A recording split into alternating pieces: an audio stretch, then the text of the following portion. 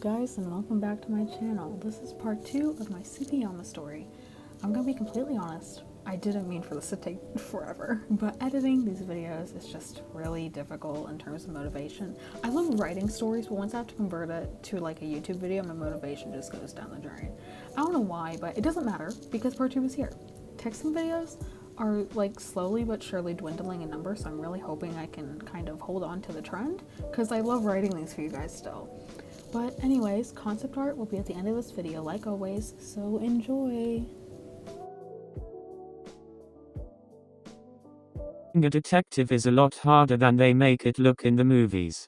Especially when he's hardly investigating and is mostly just trying to solve his own emotional turmoil. They're currently taking a break during morning practice, and Tsukishima is taking the time to observe every single one of his teammates. First, Hinata.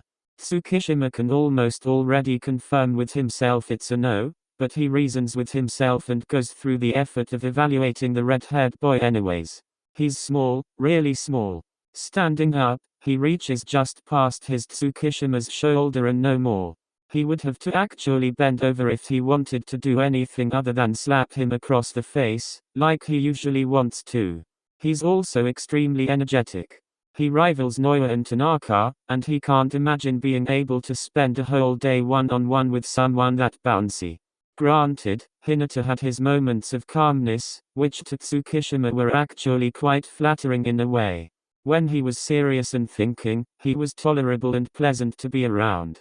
But that was maybe only 20% of the time. Tsukishima would never go through the effort of bearing the remaining 80%. There's also Kageyama, who's irritable and generally out of touch when it comes to social situations. On the court he's amazing, Tsukishima has to admit, but once he steps off of it Tsukishima's almost certain he drops about 50 IQ points. Also, Tsukishima's pretty sure the king has a thing for Hinata. Cycling through the other members, he comes across Suga, who's nice, but also overwhelming in his antics. There's Inoshita, who Tsukishima actually doesn't mind, but no. Kyoko, who, Tsukishima will have to be honest, has never found all that attractive, Daichi, who is just way too overbearing, and the list goes on. He's gone through so many analyses he could probably write a research paper on the volleyball club. And get a pretty decent grade on it, too. He's just about done when he receives a tap on his shoulder. He turns around. Hey, break is over. Right? Yamaguchi. The one person Tsukishima hadn't gone over. He didn't think he needed to, really. They've been friends forever. If Tsukishima had a crush on him, he'd know by now, right? Sorry. Tsukishima sets his water bottle on the ground and jogs back onto the court, getting into position for receiving practice. As he does so, he thinks. Yamaguchi is one of the few people Tsukishima finds bearable. He's mild, but not to the point where he can't get loud or share a laugh or two. He's always looking out for him, and sometimes it's annoying, but he's helped Tsukishima more times than he's hurt him.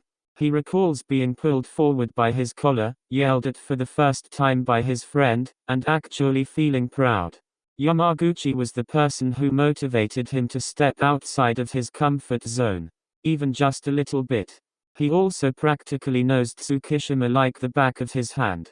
He's aware of his boundaries, knows when he or others crossed them. He also knows Tsukishima doesn't mean harm when he tells him to shut up. Just fires off a sorry and never takes it personally. Tsukishima's always appreciated that. He knows what he likes. Always tugging at Tsukishima's sleeve when he spots a strawberry cake on a table or a flyer for a movie he's heard Tsukishima fawn over the trailer for more than once. He also shares Tsukishima's interests, as Tsukishima does with his. They complement each other like that. They are able to sit in comfortable silence, and simultaneously make fun of people loudly on dating apps. On top of that, Yamaguchi is pretty. Really pretty. His skin is tanner than Tsukishima's, and freckles dot his face, shoulders, and legs. His hair is a weird middle ground between green and brown, and his eyes are a light hazel. They don't mix with a soft chocolate brown or have speckles of gold in it like Hinata or Nishinoya's. But they light up when he's excited, and that's infinitely more breathtaking than a couple of yellow streaks. He also has a snicker that Tsukishima can't get enough of. Whenever he dishes out a clever quip, he can always hear the light laugh of Yamaguchi next to him, and that alone is more validation than he can wish for. When he thinks about it, Tsukishima isn't sure how his life would be going if Yamaguchi wasn't in it. He's sure he'd be on roughly the same path, but he wouldn't be the exact same person. Although he's known for his lack of filter, he has one. A thin one, at least. And that, along with his self-awareness, can all be credited to Yamaguchi. Yamaguchi is practically perfect. He's calm, but outgoing. He's reasonable, but can get caught up in others' antics. He's understanding, but also pushes others to improve themselves. In all honesty, Tsukishima could see himself in a relationship with someone like H. Tsukishima. What's wrong with you? Tsukishima looks to the ball bouncing behind him, and then to Coach UK, who has directed attention towards him. Tsuki? Yamaguchi's voice questions from the other side of the court. Tsukishima was so caught up in his thoughts he nearly forgot he was in practice. His body had been on autopilot for a good minute or two. Nothing. Sorry. Who knows how many balls he had barely gotten back up in the air or nearly missed. He readjusts himself and Tanaka serves another ball to him from across the net. As he cleanly bumps the ball back into the air, he quickly goes over what just happened. Yamaguchi. They're just friends, right? That's all there is to it. Friendly admiration. Only thing Tsukishima feels. He spares a glance to Tanaka's left and spots Yamaguchi jumping into the air, hitting a completely still ball over the net and falling back down to his feet. He's completely focused back on practice and he smiles as Noya, who's next to Tsukishima, fails to receive the serve. Tsukishima feels a sharp, warm stab through his chest as he observes the proud expression his friend wears. Well, shit. Walking out of the club room as fast as he can after practice, still heaving his bag over his shoulder, he tries his best to ignore the questions of Hinata and Kageyama as the door closes. He prefers it if he could get away from people as soon as possible right now. Okay, well, just because Tsukishima might like Yamaguchi doesn't mean he's the cause of the Primrose situation. This was just one part of step 1. He still needs to confirm if Yamaguchi and the flowers are related. He's seen the flower 3 times in the past few days, and only once were they with Yamaguchi. Every other time they were in a dream, and Tsukishima can hardly even recall one of them. Tsuki. Yamaguchi rushes down the stairs to catch up with Tsukishima. Tsukishima slightly jumps before forcing himself to settle down as Yamaguchi makes his way to his side. That was fast. Well, you were fast. Just didn't feel like listening to those two idiots bicker anymore. Yamaguchi laughs at the comment and pulls out his phone, swiping along the screen a couple of times. Tsukishima stares as they walk, beginning to admire the slight grin Yamaguchi has plastered before being interrupted by a screen shoved in his face. On it is a web page featuring a small diner, one that looks to specialize in sweets more than anything. Yamaguchi pulls his phone back down. This one just opened up not too long ago. I wanna go. Only like a 26-minute walk from here. He looks up to Tsukishima as he slides his phone back into his bag. Wanna go after school? Tsukishima pretends to consider. Yeah, I'm free. Nice. Yamaguchi fist pumps and they walk into the school, making an early start to their first class. Full stop. School only seems to drag on. Throughout the day Tsukishima pays more attention to people than he ever has before. He feels like he's a middle school boy again, eyeing everyone they interact with and imagining a future with them. Unfortunately, Tsukishima can't imagine many of those hypothetical futures being very bright. Every time he tries to convince himself, hey, maybe I like that person, his mind immediately wanders back to Yamaguchi. It gets to the point where when he looks back down at his notebook in English, his notes have developed from what's on the board to his friend's name. He glances up to Yamaguchi worriedly, who's across the room, and immediately feels stupid for it because he's literally 3 rows away. He can't see your notebook, idiot. He manages to conceal the rapid beating of his heart when he sits down next to Yamaguchi during lunch and while he's pushing Yamaguchi's back down in stretches. He can't tell if his heart always had this reaction and he just never noticed, but either way, it's nothing Yamaguchi should be concerned about. Tired and worn out from practice, Tsukishima and Yamaguchi make their trek to the diner. It's nice not having to walk with everyone else. We should go this way more often. Yamaguchi snorts. We can't go out to eat every day after practice. I didn't mean that. We should just avoid them more. But then it would take longer to get home. Would you wanna spend all that extra time? Maybe if it was all spent with you. It would be worth it if it meant peace and quiet. You're so mean, Tsuki. They carry more light conversation until they approach the diner. The outside is painted a pastel, off-white pink and the glass of the windows is dark and tinted. Tsukishima pushes open the door, letting Yamaguchi step inside and then walking in after. A worker greets them from the counter, and they walk up to it. The tables and counters are a stark, dark rose brown, and the chairs are the same color with pink cushions. Yamaguchi collects the menu from a stand on the counter. He looks over the piece of paper, oh-ing and ah-ing at various options before resting his finger on a title. Ooh, can I have the namagishi? He smiles at the worker as he looks up from the menu. Of course. Matcha tea, too. Oh yeah, that too. He turns the menu in his hand and Tsukishima leans down slightly to scan over it. Mitsumame. And just water. The employee nods, punching in a few more keys on the machine in front of her and then smiling. We'll have it out shortly, sit wherever you like. Yamaguchi puts the menu back and throws out a thank you as he walks over and finds a seat next to one of the windows. Tsukishima sits down across from him. It's so cozy in here. Tsukishima hums an agreement as he wraps his bag's strap around the chair. When he turns to look at Yamaguchi, he notices something in front of him. There, on the center of the table they're sitting at, rests a clear vase with two light pink flowers inside. Yamaguchi follows Tsukishima's gaze and reaches out towards the flowers. They're pretty. They match the vibe. Hey, these are the same as the flower we found yesterday. Tsukishima swallows, shaking his stare away from the flowers. Yeah, I guess they are.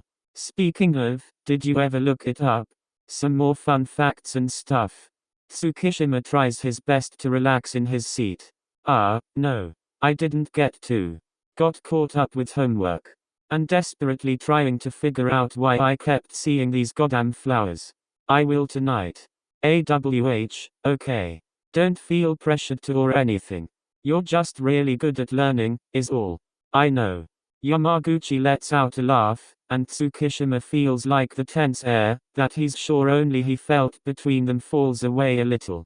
Feel like I hardly got to do anything in afternoon practice today, Yamaguchi sighs, letting his hand fall away from the flower in front of him. Didn't even get to practice my serve. You'll be going over to Shimada on Thursday, won't you? And you got to in the morning. Well, yeah. But I guess I wanna be able to work on it every chance I get, you know. Tsukishima rests his chin in his palm and forces himself to look out the window. He's always been regarded as a regular and has never had anything in particular that he's wanted to practice relentlessly before, like Yamaguchi's jump float. Though, he could probably relate Yamaguchi's frustration to his own. But in his case, his is less related to volleyball and more related to potentially falling in love with his best friend. I guess. An employee walks over and places 2 cups at their table. Yamaguchi smiles a thank you. And the worker bows before walking away. Yamaguchi places his tea to his left, next to the window, and Tsukishima unwraps his straw and stirs around his iced water. They continue to converse while at the diner, receiving their desserts and eating, Yamaguchi reaching across the table to steal a couple of pieces of fruit from Tsukishima's dish, and Tsukishima immediately taking a namagishi from Yamaguchi's plate. When he pulls back and realizes the piece he had taken is shaped like a flower, he's unsettled, but quickly eats it in fear of dwelling on it any longer and bringing attention. Tsukishima pays for their food, leaving a whining Yamaguchi to walk behind him. Because Tsuki, why didn't you let me pay? And Tsukishima keeps it contained that it's because every time you pay you make conversation with the employee and I wanted to get out of there as fast as possible after I saw that stupid flower. and instead just brushes it off with a "because I wanted to, now stop complaining about it."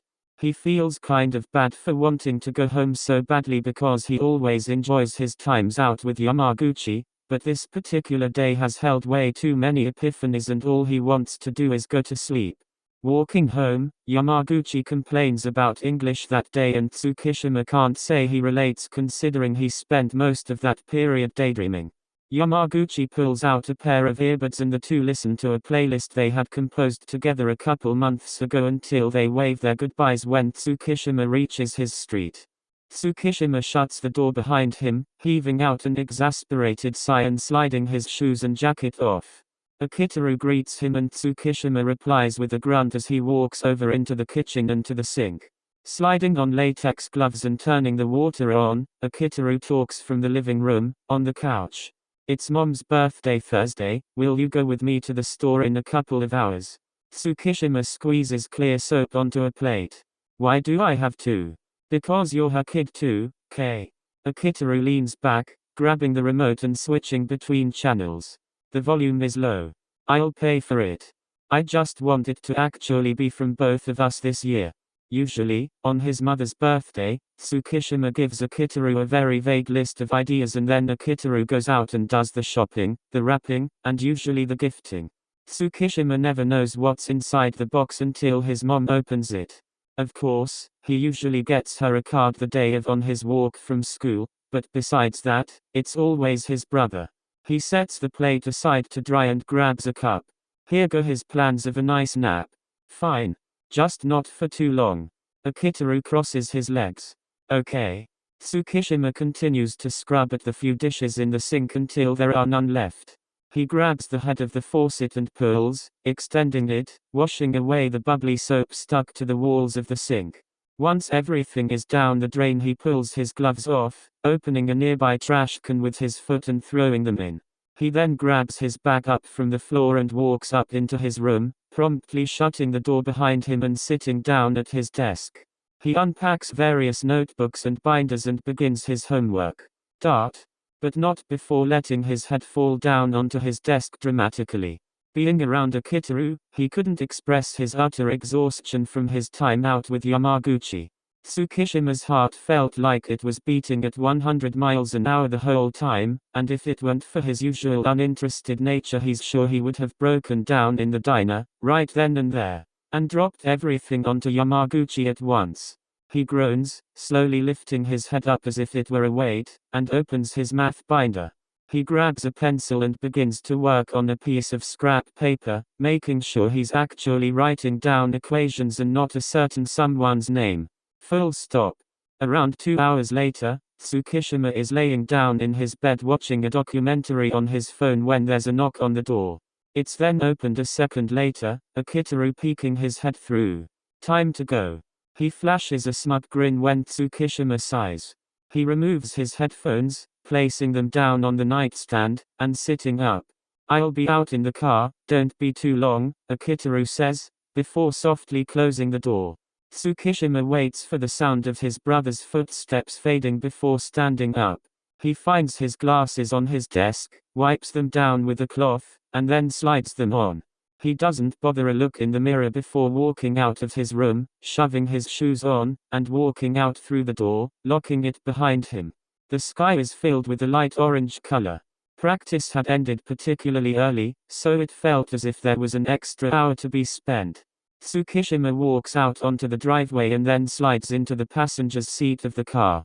Akitaru changes gears and backs out, one arm on the steering wheel and one gripping the back of Tsukishima's seat, making his way onto the road and then driving forwards. "Where are we going?" "There's this really cool embroidery shop I found, and there's an antique shop near it too. After that, I wanna check out the florists." Tsukishima suppresses a hitched breath. "Does Mom really need flowers this year?" Akitaru lets out an offended gasp, glancing sharply at Tsukishima before looking back at the road. "Ah. Yes. Everyone needs flowers on their birthday. I don't get flowers on my birthday. Everyone except you. You'd leave them to wilt. Why are we getting flowers 2 days before we need them?" "We're not getting any, I just want to browse." Every time I go to get flowers the day of, I spend like an hour trying to figure out what would be the best. I want a gamaplan. Tsukishima huffs and crosses his arms across his chest and leans back, head against the seat and looking out the window. Buildings pass by his vision, rendering them nearly blurs as the car drives down the road. You're making dinner tonight, right? No. It's your turn. Tuesdays are your days.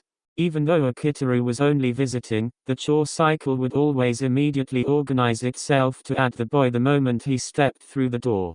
Akitaru was never safe. Last week I cooked on your Thursday because you wanted to go out with friends. So you have to do 3 this week. Well, shit, Akitaru groans as he makes a left turn onto a road lined with small stores. I'll just pick up something on our way back. They continue to drive down the street until a small parking lot makes itself known up ahead. The car turns and they back into a vacant space on the black concrete.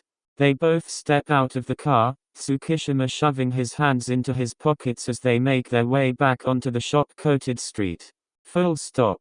A tiny bell sounds when Akitaru and Tsukishima walk into the florist's shop, Akitaru holding 2 dangling bags.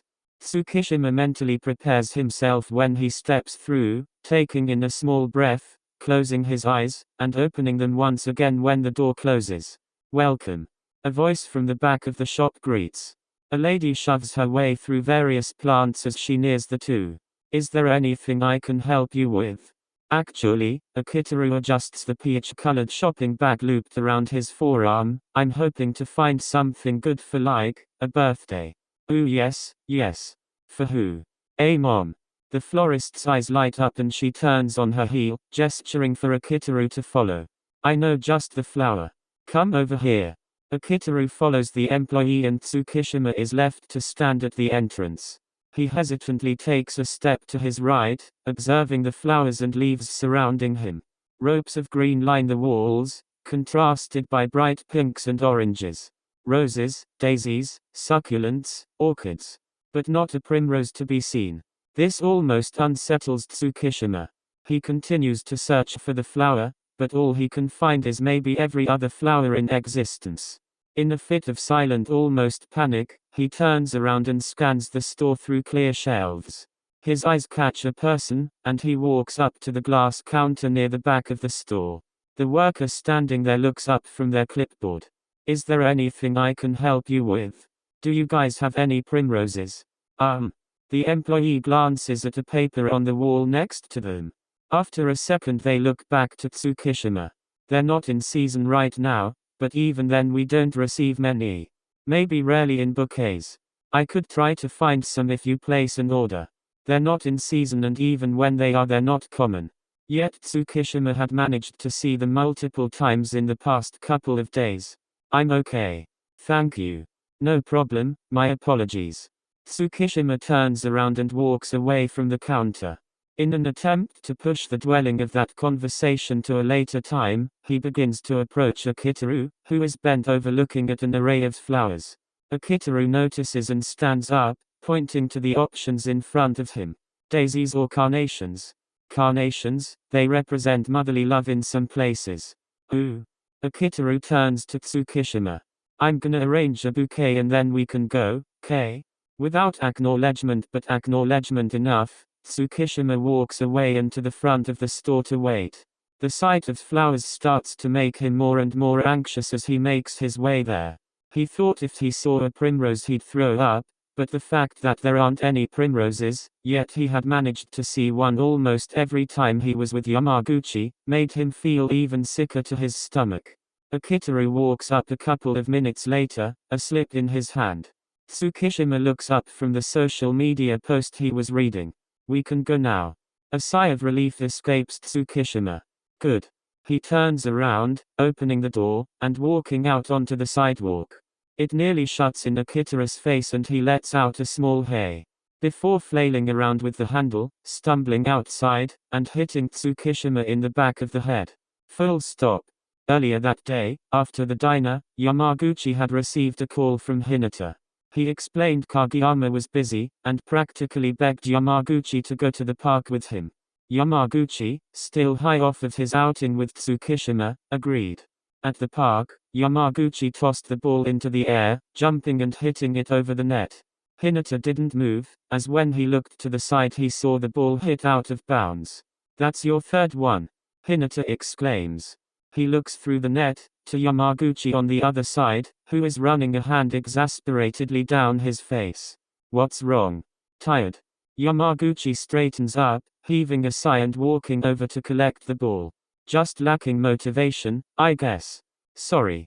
I'll serve it normally this time. Full stop." When they make it back home, Tsukishima immediately walks into his room, barely giving his mom a greeting as he closes his door and flops onto his bed. The sky had turned a complete dark black now, small white dots peppering the area. The last thing Tsukishima sees is the moon, framed perfectly in his window before shutting the curtains. He changes into sweatpants and a t-shirt, brushes his teeth, wipes his face down with a wet towel and lies down. He turns around in his bed, pulling the covers along with him. He's about to click on a YouTube video when he receives a notification. "I just beat that level in the game you showed me. I think my reaction time is getting better." 8:48 p.m. Tsukishima pulls his left arm out from underneath him. "Cool." 8:48 p.m. "I'm going to bed." 8:48 p.m. "Oh. It's so early. Are you okay?" 8:48 p.m. "Yes. Just tired." 8:48 p.m. "Good night." 8:49 p.m. "Okay.